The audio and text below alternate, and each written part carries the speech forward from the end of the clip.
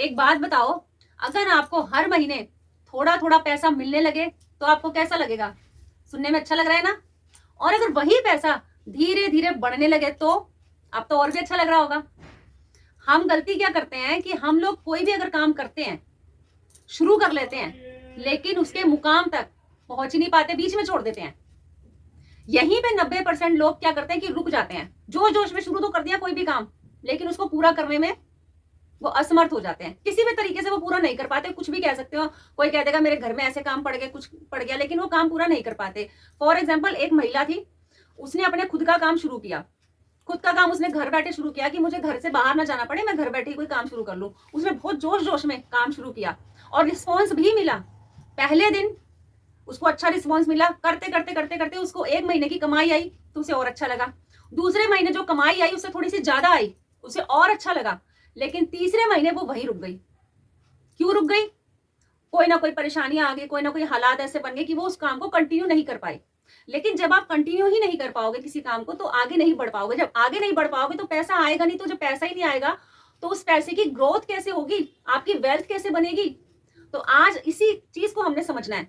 सबसे पहली चीज कि मैंने पार्ट 5 यानी कल मैंने आपको बताया था कि आप घर बैठे कौन कौन से काम शुरू कर सकती हैं, और आज मैं उसी के आगे का भाग लेके आई हूँ कि आप जो भी काम आप घर बैठे शुरू कर रही हैं, उस काम को आपको जगह जगह यानी कैसे बढ़ाना और फैलाना है ताकि आपकी इनकम अच्छी आ सके। यही तरीकों को आज हम समझेंगे और इसी पे हम बात करेंगे। आज हम इसी चीज को समझेंगे कि जो भी काम हम घर बैठे शुरू करते हैं, हम शुरू तो कर लेते हैं लेकिन वो बीच में क्यों रुक जाता है। हम कंटिन्यू करना चाहते हैं, उस काम को करना चाहते हैं, लेकिन फिर भी पता नहीं ऐसी क्या कमी रह जाती है जो हमारा काम बीच में ही रुक जाता है। तो आज इसी चीज पे हम बात करेंगे। लेकिन मैं आपको एक बात बता दूं कि ये सीरीज चल रही है हर गृहिणी की फाइनेंशियल क्लास। इसके मैं पार्ट 5 तक बना चुकी हूँ। अगर आपने अभी तक नहीं देखा तो जाके चैनल पे देखिए। और आज मैं बना रही हूँ पार्ट 6 यानी भाग नंबर 6। और आज हम इसी विषय पे बात करेंगे। देखिए, होता क्या है कि हम लोग ना कमाई जो शुरू करते हैं, कमा तो लेते हैं, लेकिन उस कमाई को आगे बढ़ाने की हम कभी सोचते ही नहीं है। हम सोचते हैं जितना हमने कमाया, जितना हमें आ रहा है, बस हम उतना ही ठीक है। उसी दायरे में हम सीमित रहना चाहते हैं। लेकिन अगर आप चाहते हैं कि आपकी कमाई और आगे बढ़े, और तरक्की करो, और आपके ऑर्डर्स आए, जो भी काम आप घर बैठे कर रहे हो वो खूब बढ़े, इन तरीकों को आज आपको बहुत बेहतर ढंग से समझना होगा। तो नमस्कार दोस्तों, मैं हूं ज्योति आनंद। आप देख रहे हैं अपना पसंदीदा चैनल गृहिणी की बात जो सिर्फ गृहिणी की। आपसे छोटी सी गुजारिश है कि अगर अभी तक आपने चैनल को सब्सक्राइब नहीं किया और आप फाइनेंशियली मजबूत भी होना चाहती हैं तो चैनल को जरूर सब्सक्राइब कर लीजिएगा, क्योंकि यहाँ पे मैं आपको फाइनेंशियली मजबूत होने के साथ साथ आपको मोटिवेट भी करती हूँ और बचत करना भी सिखाती हूँ।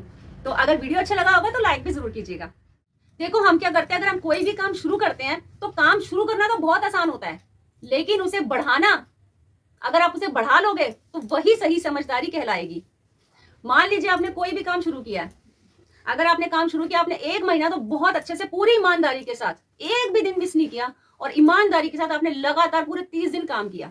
लेकिन जब दूसरा ही महीना चढ़ा तो आपने क्या किया, 2 दिन काम किया, 3 दिन छुट्टी कर ली, 4 दिन काम किया, फिर 2 दिन बैठ गए। इससे क्या होगा, एक तो आपका जो नियमित रूटीन बना हुआ था ना वो टूट जाएगा। दूसरा, आपने घर बैठे कोई भी काम किया होगा, मान लीजिए आपने टिफिन का काम किया होगा, स्टिचिंग का किया होगा, आपके कस्टमर टूट जाएंगे, कस्टमर दूसरी जगह जाएंगे। उससे क्या होगा, आप खुद कस्टमर को दूसरा रास्ता दिखा दोगे। जब दूसरा रास्ता दिखा दोगे तो फिर वो कस्टमर एक बार आपके यहाँ से चला गया ना तो वो दोबारा बहुत मुश्किल हो जाएगा आपको उसे वापस लाना। और अगर आप कोई भी काम कंटिन्यू करते रहोगे तो उसका रिजल्ट आपको बहुत जल्द देखने को मिलेगा। आपको क्या करना है कि कोई भी काम आपने शुरू करा है उसमें आपको ब्रेक नहीं लेना। अगर आप ब्रेक लेना भी चाहते हो तो बहुत मजबूरी हो तब लो, वैसे तो ब्रेक लेने की जरूरत ही नहीं पड़ती क्योंकि हम घर बैठे काम कर रहे हैं, बाहर जाके तो काम कर नहीं रहे। तो घर बैठे काम में आपको ब्रेक नहीं लेना चाहिए, खास करके उन कामों में जिसमें आपके कस्टमर को रोज के रोज वो चीजें चाहिए तो चाहिए होती हैं। इसलिए आपको ध्यान देना है कि आप कभी भी कंटिन्यू काम को बीच में ब्रेक ना ला करके उसको नियमित रूप से अच्छा सा रिजल्ट पाने की कोशिश करें। दूसरी चीज है कि सुधार करो। सुधार बहुत ज्यादा जरूरी है। आप जो भी काम कर रही हैं अच्छा कर रही हैं, लेकिन उसे और अच्छे बेहतर ढंग से करने की कोशिश करो। शुरुआत यहां से करो। मान लीजिए आप घर बैठे टिफिन का काम कर रही हैं, सबसे पहले टिफिन से ही हम शुरुआत करते हैं। आपने टिफिन सर्विस का काम खोला, आपके 5, 10, 15 कस्टमर भी लग गए, आपको अच्छा भी लग रहा है, तो आपने क्या करना है, सबसे पहले टिफिन साफ सुथरा होना चाहिए आपका। जब टिफिन साफ सुथरा होगा, यानी कहते हैं ना जब लिफाफा अच्छा होगा तभी तो अंदर देखेंगे ना क्या चीज है। आपका टिफिन एकदम साफ सुथरा होना चाहिए, कलर्स अच्छे होने चाहिए, ताकि जब किसी को आप टिफिन दे रही हैं तो वो टिफिन देखते ही खुश हो जाए। उसके बाद जब वो टिफिन खोले तो उसके अंदर आपकी प्रेजेंटेशन अच्छी होनी चाहिए, यानी आपने अगर उसमें रोटी डाली है तो रोटी को अच्छे से रैप करके दीजिए, जिसमें भी आप दे रही हैं, चाहे बटर पेपर में दे रही है, चाहे फॉइल पेपर में दे रही है, अच्छे से रैप करके दीजिए। दाल सब्जी दे रही है तो उसको अच्छे से गार्निश करके दीजिए धनिया या कसूरी मेथी से। जितनी आप क्रिएटिविटी दिखा सकते हैं, इनमें पैसे बहुत कम लगते हैं, लेकिन क्या होता है कि आपकी गुडविल बनती है, लोगों को अच्छा लगता है। और बेहतर अगर आप हर बार करेंगी ना, तो लोग आपको बेहतर दिखने, बेहतर चीजों के लिए ही पैसे देते हैं। और दूसरी चीज, वो दूसरे लोगों को भी सजेस्ट करेंगे कि आपके यहाँ से भी वो टिफिन ले। अगली चीज ये है कि अगर आपने टिफिन का काम खोल लिया और आपको बहुत अच्छे भी चल गया, आपने प्रेजेंटेशन भी अच्छी दी, तो आप क्या कीजिए, व्हाट्सएप पे ग्रुप बनाइए, फेसबुक पेज बनाइए, इन कामों को आप आगे बढ़ाने की कोशिश कीजिए। और जब भी आप ये टिफिन सर्विस का काम कर रही हैं, कुछ भी खाना बना रही हैं, तो उसके छोटे छोटे से वीडियोस बनाइए। वीडियोस बना के आप फेसबुक पे डालिए, व्हाट्सएप ग्रुप में शेयर कीजिए, जहां भी आपको लगता है जितने लोगों को आप शेयर कर सकते हैं उतने लोगों को शेयर कीजिए। और नीचे अपना कॉन्टैक्ट नंबर दीजिए कि मेरे इस जो टिफिन सर्विस का काम है उसको मैं बेहतर तरीके से दिखाती हूँ। इस वीडियो में पूरा पूरा एकदम क्लियर होना चाहिए। अगली चीज ये है कि अगर आप घर बैठे ऑनलाइन काम करती हैं, उसमें भी आपकी प्रेजेंटेशन बहुत अच्छी होनी चाहिए। इतनी अच्छी आप प्रेजेंटेशन रखिए कि लोग आपकी बातों को सुने, आपसे ही ऑर्डर लें, आपको ही बोले कि हमने डील करनी है तो इनके साथ ही करनी है। ये घर बैठे काम करने के नुस्खे होते हैं। और इसमें भी आप व्हाट्सएप ग्रुप बना सकती हैं, फेसबुक में शेयर कर सकती हैं। हर चीज, मतलब हर काम को आप ज्यादा से ज्यादा जहां पे आपको लगता है वहां पे आप बढ़ाने की कोशिश कर सकती हैं। लेकिन सबसे बड़ी बात यह है कि आपको हर चीज में एक तो ईमानदारी दिखानी होगी, दूसरा आपको इस तरह से दिखाना होगा कि सामने वाला आप पे ट्रस्ट करे, और उस ट्रस्ट को आपको तोड़ना भी नहीं है। उनके विश्वास पे आपको खरा उतर के दिखाना है, चाहे वो टिफिन का काम हो, स्टिचिंग का काम हो, ऑनलाइन काम हो, पार्लर का काम हो, कुछ भी काम हो। अब घर बैठे अगर आप पार्लर का भी काम करती हैं, उसमें भी आपको अच्छे से अच्छा दिखाना है। किस तरह से अपनी चीजों को साफ सुथरा रखिए, हाइजीन रखिए। अगर आप कटिंग करती हैं, पार्लर घर बैठे काम कर रही है, उसमें कटिंग भी करती हैं, वो कपड़ों को धुले हुए एकदम साफ सुथरे रखने चाहिए, सैनिटाइजर रखना चाहिए, थिनर रखना चाहिए, अच्छे से अच्छे एकदम से प्रेजेंट करना चाहिए कि हमारा, चाहे भले ही आपके पास पैसे कम है, शुरुआत करिए आपने, थोड़ी सी चीजें लेकिन साफ सुथरी हो, साफ सुथरी चीजें होनी चाहिए।